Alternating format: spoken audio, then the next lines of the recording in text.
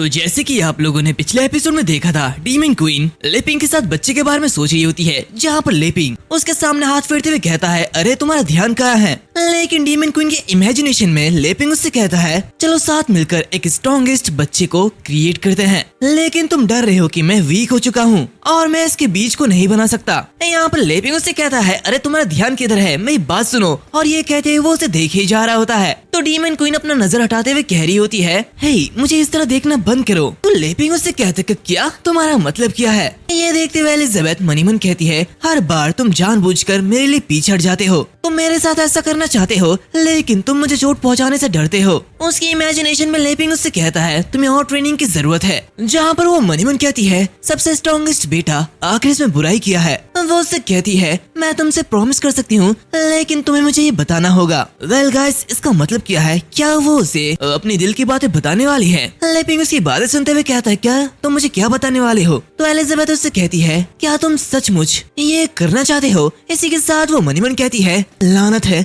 मैं ये नहीं कह पा रही हूँ लेकिन मुझे कहना ही होगा। वो आगे की वर्ड्स कहती है कि तभी अचानक से वहाँ पर कोई आता है और हम देखते हैं कि ये और कोई नहीं बल्कि वांग साई है, जो कि उसी लेडी यानी कि स्वार्डसैंड को वहाँ पर लेके आता है। और स्वार्डसैंड की हालत बहुत ही ज्यादा खराब होती है। वेल मुझे समझ नहीं आता कि आखिर इस मानहुआ में हर बार फाइट सीन में कपड़े इस तरह से क्यों फटते हैं। खैर हम आगे देखते हैं, जहाँ पर लेपिंग वांग साई के पास आता है और कहता है, वांग साई क्या तुम फिर से एक घायल पर्सन को यहाँ पर लेके आए हो? हम देखते हैं कि वो जो स्वार्डसैंड है वो भी जिंदा है और वो दर्द से कर्रा रही है। ये देखते लेपिंग कहता है, इसकी इंजरीज ये तो काफी ज्यादा सीरियस है, इसका इलाज अभी के अभी करना होगा। वांग साई तुमने बहुत ही ज्यादा बढ़िया काम किया। ये सुनते हुए जो वांग साई होता है वो उसके पास आ जाता है और अपनी पूंछ हिलाते हुए काफी ज्यादा खुश होता है कि लेपिंग ने उसकी तारीफ की। तभी अचानक वो एक डार्क ऑरा महसूस करता है। ये देखते वो काफी ज्यादा गुस्सा होता है। तभी उसके पीछे से एलिजाबेथ आती है, बदबूदार कुत्ते तुम फिर से किसी को उठाकर यहाँ पर लेके आए हो, ऐसे लगता है तुम्हें याद नहीं कि मैंने क्या कहा था।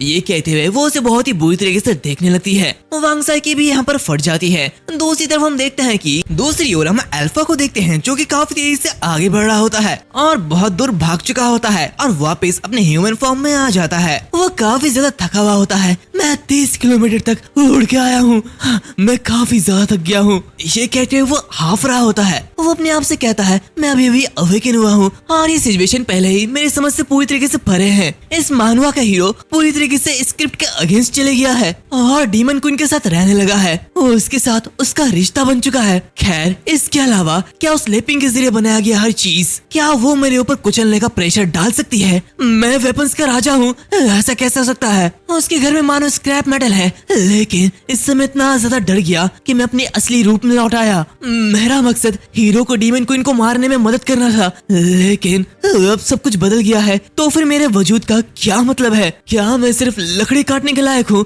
आखिर मुझे किसने बनाया? ये सही नहीं है।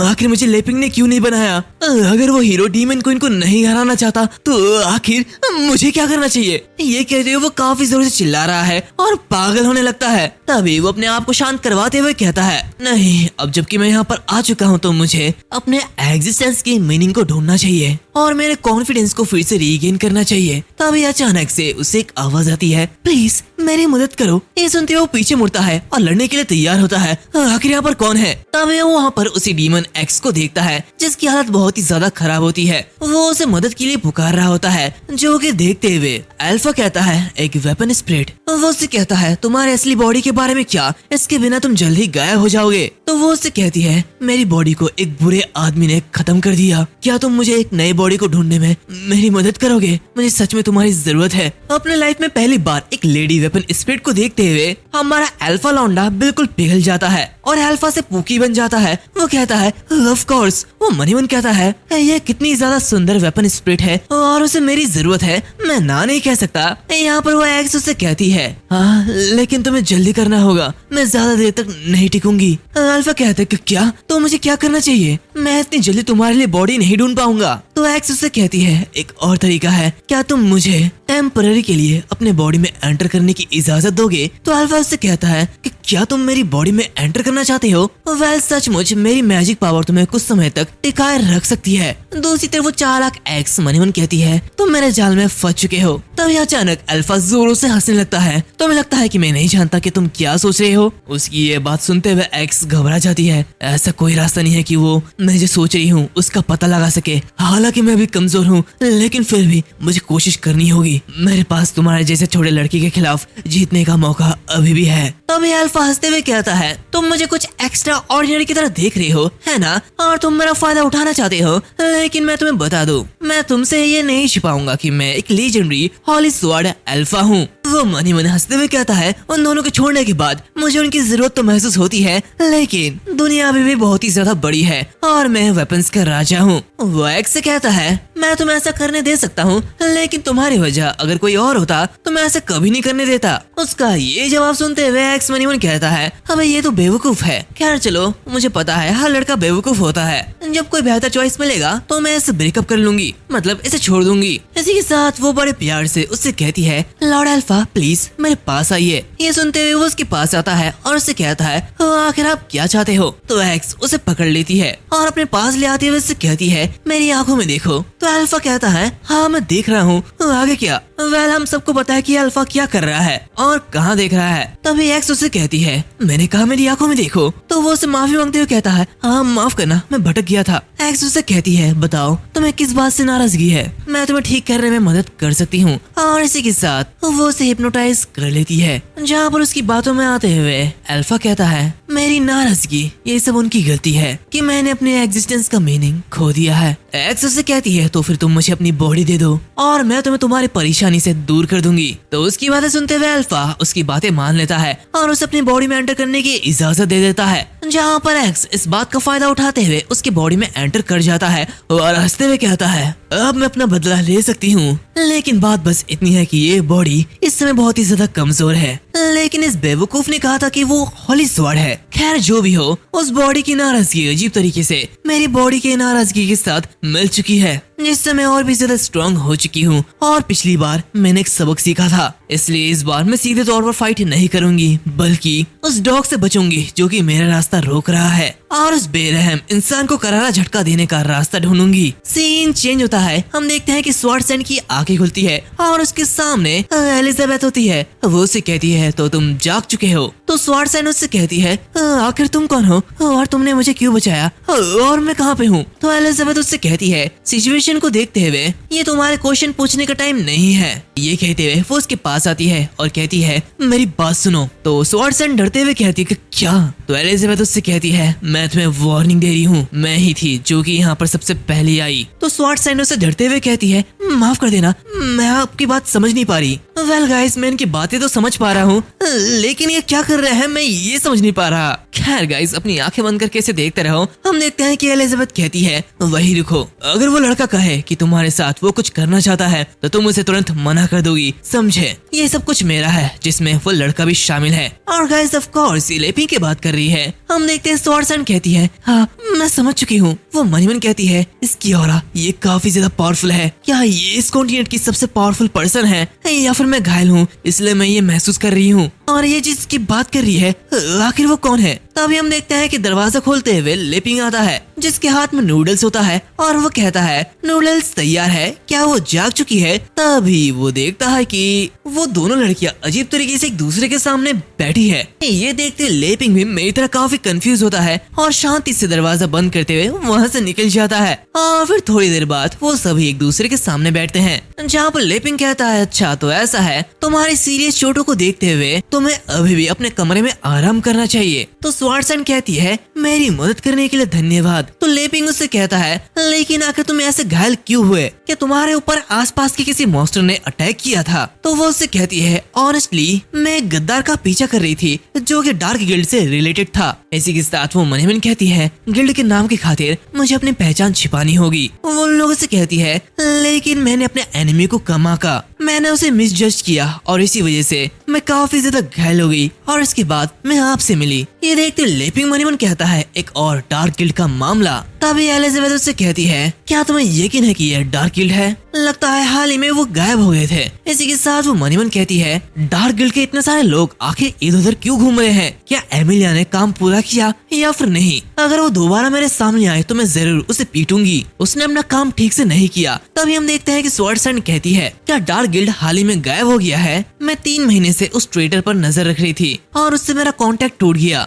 इसीलिए मुझे हाल ही के घटनाओं के बारे में कुछ भी नहीं पता। वेल, मेरा नाम चीची है और आप अपने बारे में बताइए। तो ये सुनते हुए लेपिंग हंसते हुए कहता है, अरे मैं तो अपने बारे में बताना भूल ही गया। मेरा नाम लेपिंग है। हाल ही में मैं डार्क गिल्ड को खत्म करने के लिए हीरो बनने की कोशिश कर रहा हूँ और मेरे पास में जो बैठी है वो जियाओ बाई है, जो कि मेरी रूममेट है। ये सुनते हुए वो हैरान होती है कि क्या रूममेट? जो कि देखते हुए एलिजाबेथ बड़े रूडली उससे कहती है, क्या इसलिए तुम कुछ कहना चाहते हो? उसके इस रूड बिहेवियर को देखते हुए लेपिंग कहता है, अरे जियाओ बाई बहुत ही ज्यादा सीधी है, उसकी बातों का बुरा मत मानना, वो दिल से बहुत ही ज्यादा अच्छी है। जब तुम घायल और बेहोश हुए थे तो तुम्हारे कपड़े बदलने में उसने ही मदद की थी और इसने ही तुम्हारा इलाज करने के लिए जादू का इस्तेमाल किया। जो कि देखते हुए चीची कहती है, क्या उसने मेरा इलाज करने के लिए जादू का इस्तेमाल किया? वो मनीमन कहती है, 5 स्टार डीमन एंसेस्टर के पीक में होने के बावजूद भी मैं अपनी इंजरीज को ठीक नहीं कर सकती। सिर्फ इसे एल्फ क्लैन के लीडर के लेवल के हीलिंग मैजिक से ही हील किया जा सकता है। ये पॉसिबल नहीं हो सकता। तभी वो एलिजाबेथ के कानों को देखती है। मनीमन कहती है, इसके कान ये तो एल्फ जैसे ही है। वो ना सिर्फ अपने ऑरा से ही 5 स्टार डीमन एंसेस्टर को सप्रेस कर सकती है, बल्कि वो इसी के साथ एडवांस्ड हीलिंग मैजिक को भी यूज कर सकती है। उसकी आइडेंटिटी ये जरूर कुछ ना कुछ स्पेशल होगी। तभी लेपिंग हंसते हुए कहता है, मैजिक सच में ओमनीपोटेंट है, मैं इससे काफी ज्यादा जलता हूँ। तो चीची यानी कि स्वॉर्डसैंड उससे कहती है, मिस्टर लेपिंग आप किस जगह पर रहते हैं? ये बहुत ही ज्यादा अनोखी है। मैंने इस कॉन्टिनेंट पर कई जगहों की यात्रा की है, लेकिन मैंने ऐसी स्टाइल की और अजीब गैजेट्स नहीं देखे हैं। क्या आप दोनों हमेशा से ही यहीं पर ही रहते हो? तो लेपिंग कहता है, हाँ हम कह सकते हैं कि हम यहाँ पर काफी समय से रह रहे हैं। तभी एलिजाबेथ उससे कहती है, तुम इतने सारे क्वेश्चन क्यों पूछ रहे हो? ये देखते हुए स्वॉर्डसैंड मनीमन कहती है, तुम दोनों से ही मुझे अजीब सी और अलग अलग ऑरा महसूस होती है। मिस्टर लेपिंग जो कि बहुत ही ज्यादा काइंड है और मिस्टर जियाओ बाई ये बहुत ही ज्यादा evil. The dwarf king, minister of science, Aristotle, the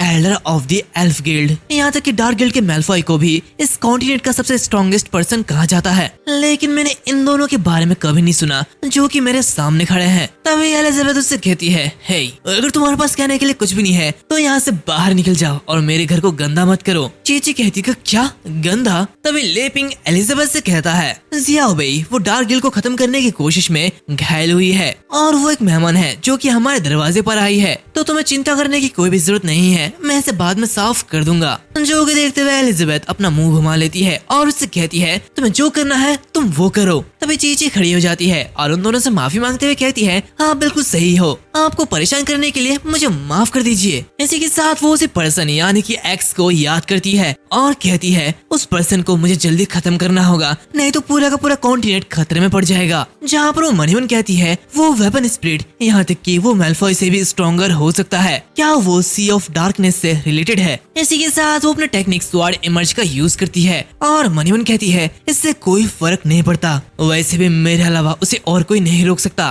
तभी हम देखते हैं कि उसकी जो ये टेक्निक है या फिर कहो जो स्किल है वो वहाँ पर वर्क नहीं करती। तो लेपिंग उससे कहता है कि क्या तुम अभी क्या करने की कोशिश कर रही हो? ये देखते हुए चीची और भी ज्यादा गुस्सा होती है और फिर से स्वॉर्ड इमर्ज टेक्निक को यूज करती है, लेकिन उसकी टेक्निक फिर से काम नहीं करती और वो दूर जा गिरती है। जहाँ पर वो कहती है, आखिर मेरी माइंड ये कम्प्लीटली खाली क्यों है? मुझे स्वॉर्ड का एक भी फॉर्म याद नहीं आ रहा है। तो एलिजाबेथ उससे कहती है, ये बिल्कुल सिंपल है, ऐसा इसलिए है क्योंकि तुम्हारी बॉडी की इम्प्योरिटीज ने तुम्हारी स्वॉर्ड स्किल को ले लिया है और यही कीमत तुम्हें चुकानी पड़ती है जब तुम स्ट्रॉन्गर बनने की शॉर्टकट को अपनाते हो। तो लेपिंग कहता है, एली मेरा मतलब जियाओ बाई, आखिर इम्प्योरिटीज से तुम्हारा मतलब क्या है? तो चीची कहती है, डार्क गिल्ड से निपटने के लिए मैंने सी ऑफ डार्कनेस के साथ एक कॉन्ट्रैक्ट साइन किया था। तो लेपिंग हैरान होता है, सी ऑफ डार्कनेस आखिर ये क्या है? तो एलिजाबेथ कहती है, ये कुछ गंदे कीड़े का ग्रुप है जो कि किसी न किसी तरीके से हमसे जुड़ा हुआ है। तो चीची कहती है, आप बिल्कुल सही कह रहे हो, मैं शॉर्टकट लेना चाहती थी लेकिन मैं टेम्पटेशन का सामना नहीं कर पाई, ये सब कुछ मेरी गलती थी। ये देखते लेपिंग कहता है, मैं भी इसे अच्छी तरीके से नहीं समझता हूँ, लेकिन अगर तुम इसे भूल गए हो तो हम एक साथ इसे सीखने की कोशिश कर सकते हैं। मैं भी स्वॉर्डमैनशिप सीख रहा हूँ और जियाओ बाई एक स्वॉर्ड मास्टर है, अगर तुम सीखने के लिए तैयार हो तो हम एक साथ स्ट्रॉन्ग बन सकते हैं। ये सुनते हुए एलिजाबेथ गुस्सा होती है और लेपिंग को डांटते हुए हुए कहती है, अरे तुम्हें उसके साथ काम करने की इजाजत किसने दी है? मैंने कब कहा कि मैं उसकी मदद करूंगी? मेरे डिसीजन तुम मत लो। तो यह सुनते हुए लेपिंग डर जाता है। मुझे माफ कर देना, मैंने सोचा था कि तुम भी डार्क गिल्ड को हराना चाहती हो। वो मनी मन कहता है, आखिर एलिजाबेथ को हो क्या रहा है? अचानक इतनी बुरी कैसे हो गई? चीची कहती है, चाहे जो भी मामला हो, मुझे अब तुम्हें परेशान नहीं करना चाहिए। मुझे बचाने के लिए एक और बार थैंक यू। अब मैं यहाँ से चलती हूँ। तो लेपिंग उससे कहता, रुको, तुम्हें शायद भूख लगी होगी, मैंने तुम्हारे लिए नूडल बनाया था, तो जाने से पहले एक बार इसे खा लो। तो चीची उससे कहती है, तुम्हारी काइंडनेस के लिए थैंक यू, लेकिन मैं भी कुछ भी नहीं खाना चाहती हूँ। मुझे अपने होश में वापस आना होगा, इसलिए मैं यहाँ से जा रही हूँ। ये कहते हुए वो वहाँ से बाहर निकल जाती है, जहाँ पर लेपिंग कहता है, खैर बाहर बहुत सारे खतरे हैं, तो सुरक्षित रहना। यहाँ पर एलिजाबेथ उन नूडल्स को खाते हुए कहती है, वो तो समझदार है, वैसे भी नूडल्स का कटोरा ये मेरा है और इसके ऊपर हक भी मेरा ही है। तो लेपिंग उससे कहता है, एलिजाबेथ वो डार्क गिल्ड से लड़ रही थी, इसलिए वो सिचुएशन में पहुंची। अगर ऐसा है तो आप उसकी मदद क्यों नहीं करते? तो वो उससे कहती है, नहीं, अगर तुम चाहते हो तो तुम उसकी मदद कर सकते हो। वेल, हम बाहर देखते हैं, जहाँ पर चीची एक जगह बैठी हुई होती है और ध्यान लगा रही होती है। वो पहले की बातों को याद करती है, जहाँ पर कैसे उस एक्स ने उसे बुरी तरीके से हराया था, लेकिन उस क्रिस्टल की वजह से वो बच चुकी थी। और बाद में उस डॉगिश भाई ने, मेरा मतलब कि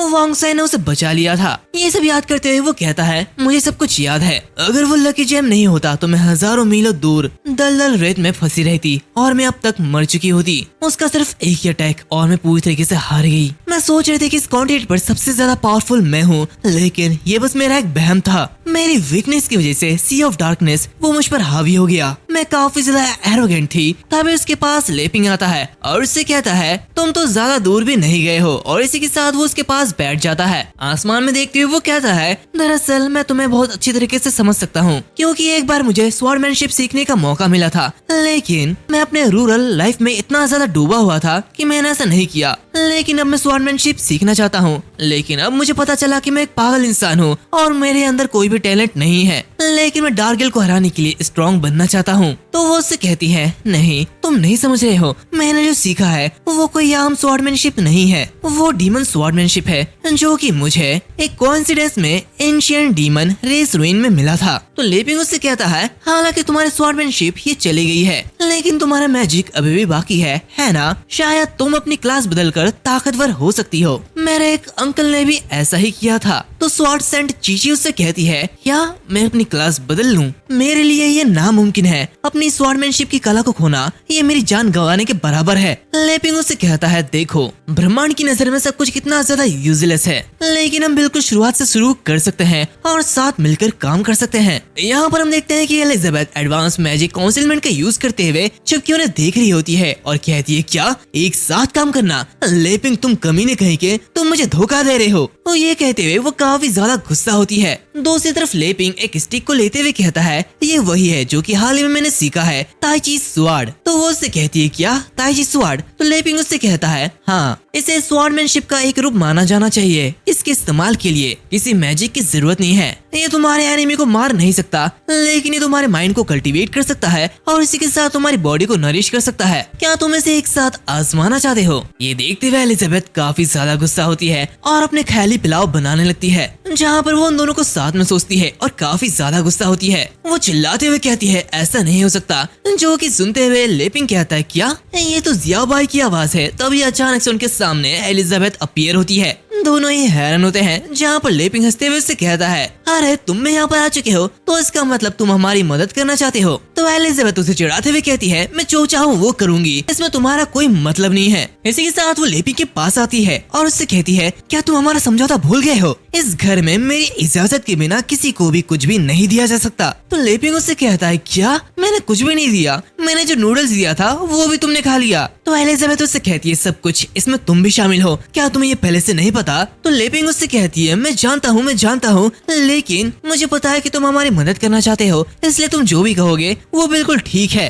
तभी वो एलिजाबेथ स्पेस कर्टेन का यूज करती है और चीची को कहती है, तुम मेरे साथ चलो। ये सुनते हुए चीची काफी हैरान होती है, लेकिन तभी एलिजाबेथ उसे अपने साथ ले चलती है। यहाँ पर लेपिंग कहता है, हम कह सकते हैं कि एलिजाबेथ की जुबान काफी तेज है, लेकिन वो काफी अच्छी दिल की है। दूसरी तरफ हम देखते हैं कि एलिजाबेथ उसे अपने एलिजाबेथ के स्पेस में लेके आती है, जहाँ पर ये देखते हुए चीची बहुत ही ज्यादा हैरान होती है कि क्या ये एक सीक्रेट रियल्म है? इसे तभी अचीव किया जा सकता है जब कोई डीमन किंग हो। तभी एलिजाबेथ उससे कहती है मैं तुम्हारी हेल्प के लिए यहाँ पर हूँ। तो वो उससे कहती है कि क्या मेरी हेल्प, लेकिन कैसे? एलिजाबेथ उससे कहती है सबसे पहले इसका मतलब यह है कि मुझे तुम्हें पूरी तरीके से तबाह करना होगा। ये कहते हुए एलिजाबेथ उसके ऊपर अटैक कर देती है, जो कि देखते चीची डर जाती है। हमारे बीच कोई दुश्मनी नहीं है, आखिर तुम मुझे मारना क्यों चाहते हो? इसी के साथ वो मन कहती है वो एक डीमन किंग लेवल की है। भले मेरी स्वॉर्डमैनशिप मेरी पास होती, लेकिन फिर भी मैं इसका बाल भी बाका नहीं कर पाती। लेकिन इसका मतलब क्या है? सबसे पहले तो उसने मुझे बचाया और अब वो मुझे मारना चाहती है।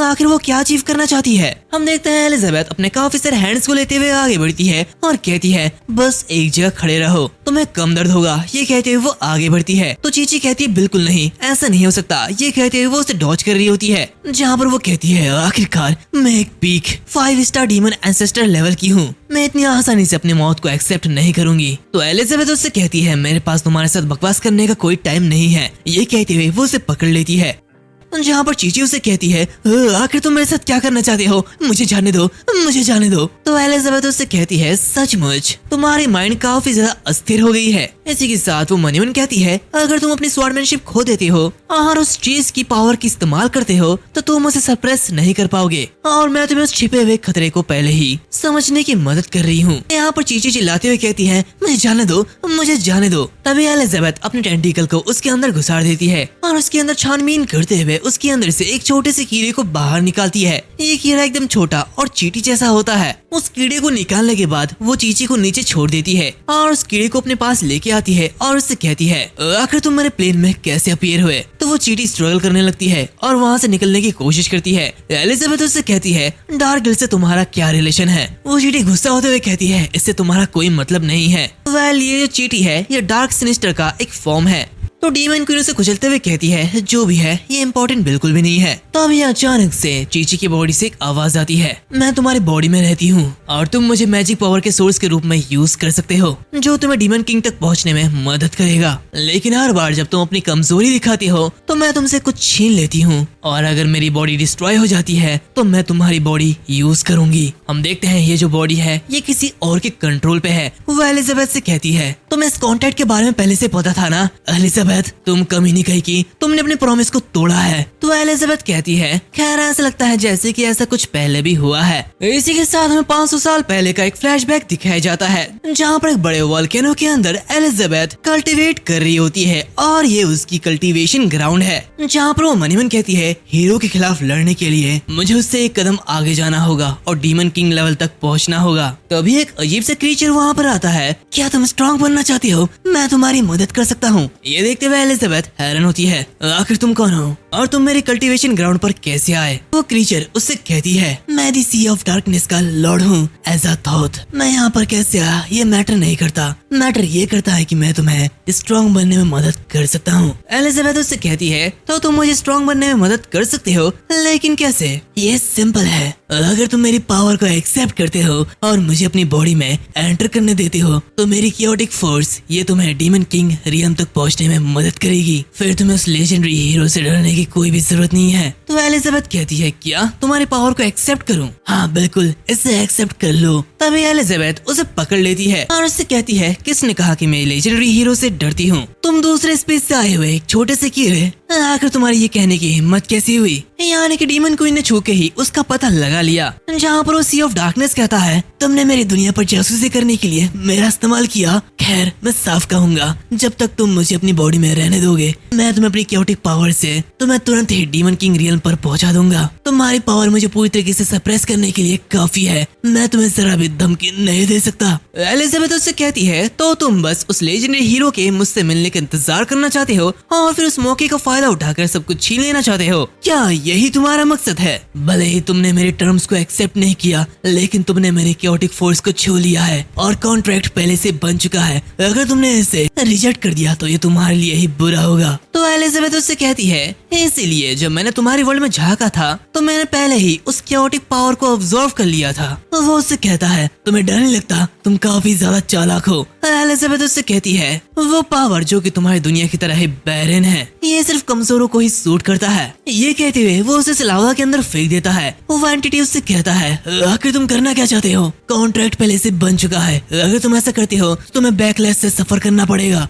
एलिजाबेथ उससे कहती है, मैं तुम्हें यहाँ पर सील कर दूंगी और अपने पावर के साथ डीमन किंग लेवल तक पहुँचूंगी और ऑब्जर्व किए गए क्योटिक पावर को मैं पूरी तरीके से पचा दूंगी, जिससे हमारा ये कॉन्ट्रैक्ट ये इनवैलिड हो जाएगा। ये देखते हुए एंटिटी काफी ज्यादा गुस्सा होता है। एलिजाबेथ तुम बेशरम, मैं तो यहाँ पर पहुँचते ही खत्म हो गया। इसी के साथ हमें प्रेजेंट का सीन दिखाया जाता है, जहाँ पर वो चीची या फिर कहो सी ऑफ डार्कनेस चिल्लाते हुए उससे कहता है, एलिजाबेथ तुम्हारी वजह से मेरा रियल फॉर्म आज तक सामने नहीं आ पाया है। इस दुनिया में आगे बढ़ने के लिए मैं सिर्फ क्लोन पर ही डिपेंड कर सकती हूँ। तो एलिजाबेथ उससे कहती है, अरे मैं तो तुम्हारे बारे में भूल ही गई थी। वो चीची हंसते हुए कहती है, बिना होस्ट के मैं तुम्हें अपनी असली ताकत नहीं दिखा सकी, इसलिए तुमने मुझे धोखा दिया, लेकिन अब मैं अपनी क्योटिक पावर का आतंक दिखा सकती हूँ। इसी के साथ वो अपने काफी सारे टेंटिकल्स को बाहर निकालती है, जिसे वो क्योटिक फॉर्म कहती है। वो बहुत ही बुरी तरीके से स्माइल करते हुए एलिजाबेथ से कहती है, इस होस्ट की टॉप ग्रेड स्वॉर्डमैनशिप जो कि मैंने छीन ली है, उसे मैंने अपने क्योटिक फोर्स से कंबाइन करके अनइमेजिनेबल पावर बना लिया है। अब एलिजाबेथ तुम मरने वाली हो। इसी के साथ वो क्योटिक एरो ऑफ डिस्ट्रक्शन का यूज करती है, लेकिन वो एलिजाबेथ का बाल भी बाका नहीं कर पाती। वो अटैक इजीली नलिफाई हो जाती है। ये देखते हुए वो काफी ज्यादा हैरान होती है। वो कहती है, क्यों? मेरी स्वॉर्डमैनशिप ये तो सबसे ज्यादा स्ट्रॉन्गेस्ट है, लेकिन उसने सिर्फ इसे ब्लॉक नहीं किया बल्कि एक ही झटके में खत्म कर दिया। एलिजाबेथ उससे कहती है, क्योंकि तुम जो स्वॉर्डमैनशिप इस्तेमाल कर रहे हो वो मेरे ही जरिए बनाई गई है, इसलिए जाहिर है जब मैं उससे सामना करूंगी तो वो मेरे ऊपर अफेक्ट नहीं होगा। लेकिन ये स्ट्रॉन्गेस्ट स्वॉर्डमैनशिप का टाइटल ये अब नहीं रहा। ये कहते हुए वो लेपिंग को इमेजिन कर रही होती है। दूसरी तरफ सी ऑफ डार्कनेस काफी ज्यादा गुस्सा होते हुए कहती है, ऐसा नहीं हो सकता। अपनी क्योटिक पावर को होस्ट की पावर के साथ ऐड करने के बाद इस वर्ल्ड के लॉ के अकॉर्डिंग मुझे 2 स्टार डीमन किंग लेवल तक पहुंच जाना चाहिए। तो एलिजाबेथ उससे कहती है, तुम अभी एक कुएं के मेंढक के बराबर हो। वेल तुम जो चाहते हो उसका यूज कर सकते हो। तो वो सी ऑफ डार्कनेस काफी तेजी के साथ आगे बढ़ती है और वहाँ से निकलते हुए कहती है, खैर छोड़ो, मैं इस जगह को यहीं छोड़ दूंगी और अपने बॉडी की सील को खोल दूंगी। तभी एलिजाबेथ आगे बढ़ती हुए उसके कपड़े को फाड़ देती है। वेल मुझे समझ नहीं आता कि आखिर यही क्यों होता है। हम देखते हैं कि एलिजाबेथ उसे पूरी तरीके से फाड़ देती है, लेकिन तब भी वो सी ऑफ डार्कनेस रेसिस्ट कर रही होती है। धिक्कार है, ये स्पेस तुम्हारे कंट्रोल पर है, लेकिन आखिर तुम मेरे साथ क्या करना चाहते हो? जब तक तुम पूरी तरीके से होस्ट को नहीं मारोगे तब तक कोई भी मैजिक मुझे यहाँ से नहीं निकाल सकती। तभी एलिजाबेथ उसके ऊपर नूडल्स दे मारती है और उससे कहती है, ऑफ कोर्स तुम्हें मारना बहुत ही इजी है, लेकिन मैं बस बाहर इंतजार कर रहे उस आदमी से हारना नहीं चाहती हूँ, तो तुम थोड़ा सा नूडल्स सूप पी लो। तो वो सी ऑफ डार्कनेस कहता है, मैं the mighty lord of the sea of darkness हूँ, क्या तुम मुझे नीचे दिखा रहे हो? तभी अचानक से उस पर कुछ असर होता है। उस नूडल में एक एनर्जी होती है जो कि अपना काम शुरू कर देती है। वो मन ही मन कहती है, इस नूडल में एक एनर्जी है जो कि मेरी सेल्स के साथ अंदर जा रही है और मुझे मेरी क्योटिक पावर से बाहर निकाल रही है। इसी के साथ उसकी जो क्योटिक पावर होती है वो उस नूडल के बाउल में चले जाती है, जहाँ पर एलिजाबेथ कहती है, इस सब से गुजरने के बाद मैंने भी इसे हल करने के लिए उसके किसी चीज का यूज किया है और यही वो चीज है, नूडल्स। और इसी के साथ वो उसे कैद कर लेती है, जहाँ पर वो मन ही मन कहती है, सब कुछ वैसे ही हुआ जैसे कि उसने प्लान बनाया था। उसके नजरों में मैं बहुत ही ज्यादा कमजोर हूँ। दूसरी तरफ हम बाहर देखते हैं, जहाँ पर लेपिंग उनका इंतजार कर रहा है। तभी एक पोर्टल ओपन होता है और एलिजाबेथ उसे लेते हुए बाहर आती है, जहाँ पर लेपिंग कहता है, तो तुम वापस आ गए हो, क्या सब कुछ ठीक है? तो हम एलिजाबेथ को देखते हैं, जिसकी गोद में वही चीची होती है, जिसके ऊपर कोई भी कपड़ा नहीं होता। जहाँ पर एलिजाबेथ कहती है, तुम जानते हुए भी पूछ रहे हो, तुम्हें पता होना चाहिए। तभी लेपिंग अपनी आंखें बंद करते हुए कहता है कि क्या, लेकिन ये ऐसे क्यों है?